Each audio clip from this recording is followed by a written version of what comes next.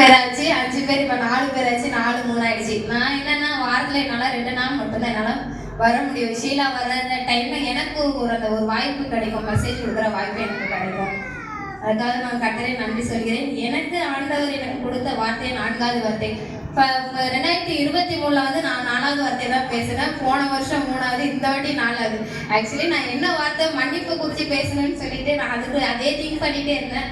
ஆனால் ஆண்டவர் எனக்கு இந்த 4வது வார்த்தையை கொடுத்ததுக்காக நான் கர்த்தரை சொல்கிறேன். 4வது வார்த்தை என்னன்னா, கர்த்தர் கூறியது என்னன்னா, என் தேவனே ஏன் என்னை கைவிட்டீர். இது ஆண்டவர் வந்து ஆண்டவர் சிலுவையில் மரண தருவாயில அவர் தவிச்சு கொண்டு இருந்திருப்பாரு.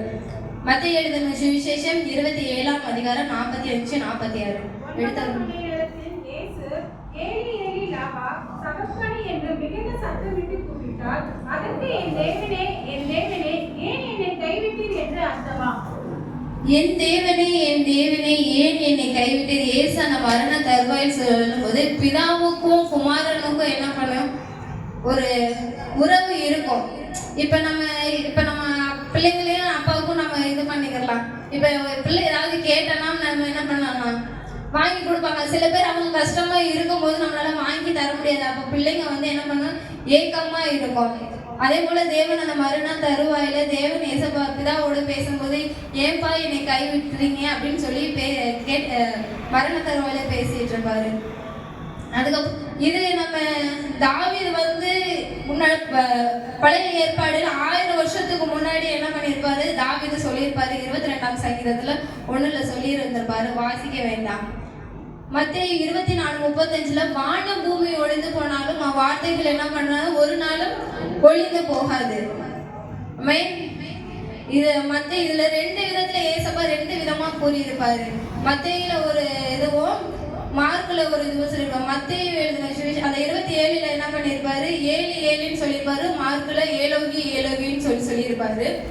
மத்தேயுல குறிப்பிடும் போது அது என்ன பண்ணியது, கிரேக்க மொழியில எழுதியிருக்கும். மார்க்ல பாத்தீங்கன்னா அது அரபிக் மொழியில எழுதியிருக்கும். ஏசப்பா அந்த மரண தருவாயில கூப்பிடும் போது அங்க உள்ள ஜனங்கள் என்ன பண்ணுவாங்க, இவர் யாரை கூப்பிடுறாங்க, எலியாவை கூப்பிடுறாங்களா அப்படின்னு சொல்லி என்ன பண்ணுவாங்க, இழுவாங்க. ஆனா இவர் யாரை கூப்பிடுறாரு, அவர் பிதாவை நோக்கி மட்டும் என்ன பண்றாரு, ஏசப்பா கூப்பிடுறாரு. நம்மள யாரு தூக்கி விடுவா, கீழே விழுந்துட்டா நம்ம அப்பா அம்மா தூக்கி விடுவாங்க இல்லையா? அதே போல அங்க இயேசு கிறிஸ்து அவர் அப்பாவை கூப்பிடும் போது, ஏன்னா அவர் கிட்டத்தட்ட எவ்வளவு ஒரு 6 மணில இருந்து 9 மணி நேரம் என்ன பண்ணார், சிலுவையை தொங்கி கொண்டு இருந்தார். அப்புறம் என்ன அந்த பூமி என்ன பண்ணுச்சுன்னா அந்தகாரம் என்ன பண்ண, அந்தகாரம் இருள் சூழ்ந்தது. எதனால இருள் சூழ்ந்திருக்கும் நீங்க நினைக்கிறீங்க? நம்மளுடைய பாவங்களுக்காக என்ன பண்ணாரு ஏசவா மரண தருவாயில இருந்தார். நம்மளுடைய அக்கிரமத்தை நிமித்தம் தான் அவர் என்ன பண்ணாரு, அந்த சிலுவை நம்மளுடைய பாவங்களுக்காக நம்மளுடைய அக்கிரம மீறுதலுக்காக என்ன பண்ணாரு, அவர் சிலுவையில் அறையப்பட்டார்னா. இதுக்கு யாரும் இனிமேல் என்ன பண்ணிடாதீங்க, தயவு செய்து எக்காரணத்தை கொண்டும் பாவம் பண்ணாதீங்க, பண்றவங்களை பார்த்து பண்ணாதீங்க அப்படின்னு சொல்லுங்க. அவங்களுக்காக நம்ம என்ன பண்ண முடியும், பிரேயர் மட்டும்தான் நம்மளால என்ன பண்ண முடியும். சங்கீதம் 71:18 என்ன பண்ண, கர்த்தாவே உண்மை தேடுகிறவர்களை நீர் என்ன பண்றது, கைவிடுவதில்லை. கர்த்தரை எப்பவுமே நம்ம தேடிட்டு இருந்தாருன்னா கர்த்தர் நம்மள என்ன பண்ண மாட்டாரு, கைவிடாமல் காத்து வழி நடத்துவார். இயேசு வாழ்ந்த கட்டத்துல பாத்தீங்கன்னா பிதாவுக்கும் பிதாவோட என்ன பண்ணிருந்தாரு, தேவன் ஐக்கியம் கொண்டிருந்தார். எபிரேயர் 10:10 இயேசு கிறிஸ்துவனுடைய சரீரம் ஒரே தரம் என்ன பண்ணுச்சு, பலியிடப்பட்டுச்சு. யாருக்காக, நம்மளுக்காக இயேசு கிறிஸ்து சிலுவையில் அறையப்பட்டார். 1 பேதுரு 2:24 கொஞ்சம் எடுத்து வாசிங்களேன்.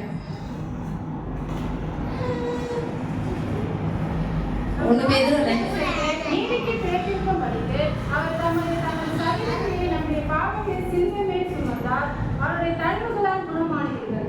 யாருக்காக அவர் இறந்தாரு, நம்மளுடைய பாவங்களுக்காக என்ன பண்ணிடுறாரு, அவர் பலியானார். அவர் நம்ம இது புதிய மனுஷன் மாதிரிக்கு என்ன பண்ணாரு, அவர் தம்மை ஜீவனை அவருக்காக நம்மளுக்காக என்ன பண்ணாரு, இந்த உலகத்துல பலியாக ஒப்பு கொடுத்திருந்தார்.